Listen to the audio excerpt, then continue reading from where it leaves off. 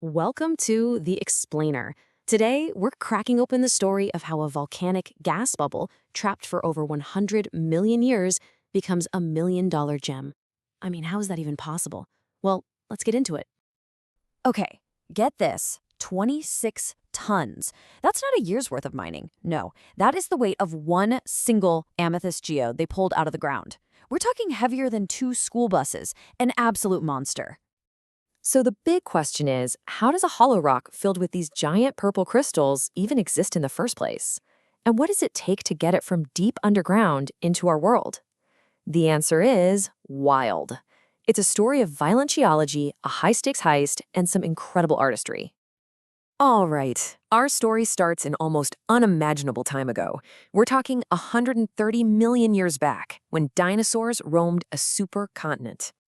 So way back in the early Cretaceous period, the supercontinent Gondwana was literally tearing itself apart. This caused these massive volcanic lava flows. As all that lava cooled, giant gas bubbles got trapped deep inside the rock. You can think of it like the bubbles in a soda can, but, on a completely epic geological scale. These bubbles would become the secret ingredient.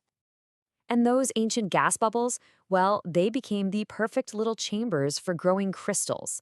We call them geodes, which actually comes from a Greek word meaning earth-like. Kind of fitting, right? But here's where it gets really cool, the color. The crystals don't start out purple. It's this incredibly slow, perfect storm of events. See, silica-rich water seeps into those hollow bubbles. Quartz crystals start to grow. But the secret sauce? Tiny bits of iron get baked into the crystals. Then, for millions of years, natural radiation from the rock around them basically zaps those iron bits. And boom, it turns the quartz that signature deep, incredible purple. So you've got these incredible, delicate crystal caves. But here's the catch. They're locked inside meters and meters of super hard volcanic rock. It's like a natural treasure chest, and we need to figure out how to open it. And this is where it gets really dangerous. Getting them out is a super high-stakes operation. You have to use brute force, literally explosives, to get through the rock, but you can't shatter the fragile gem inside. It's a miner's worst nightmare. So, how do they actually do it? Well, they set off controlled explosions to crack the big rock. Then, they use a huge drill to probe the walls. The second that drill suddenly lurches forward, they know they've hit a hollow spot. That's the jackpot. They'll slip a tiny light or camera in there to see what they're dealing with. And from that moment on, it's all about precision.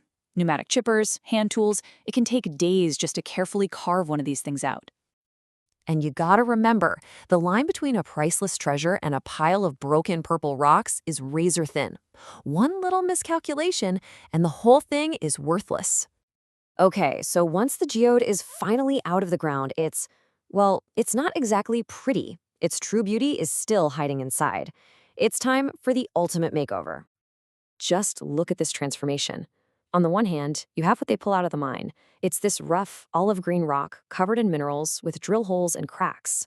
But then, you get the finished product, a sparkling purple cathedral, cut open and polished to an absolute mirror shine. It's night and day. And this part takes so much skill. First, they wash off all the dirt.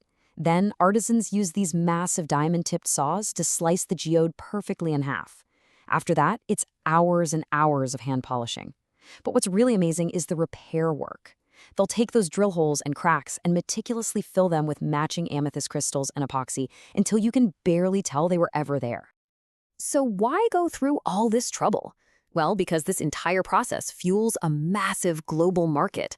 You could call it Uruguay's purple gold rush. So who's buying all this stuff? Looking at the numbers for Uruguayan amethyst, 3 countries are at the top of the list: India, the United States, and right behind them, Peru. They're by far the biggest customers. But here's where it gets interesting. If we zoom out and look at all amethyst exports globally, one country just dominates the field by a landslide: India. They're responsible for a whopping 78% of shipments. So if Uruguay isn't even in the same league by volume, what's their secret? This really puts it all into perspective. By the number of shipments, Uruguay is number 7. So what gives? It's all about quality, not quantity. Uruguayan amethyst is famous for its incredible, deep purple color and the massive size of the geodes.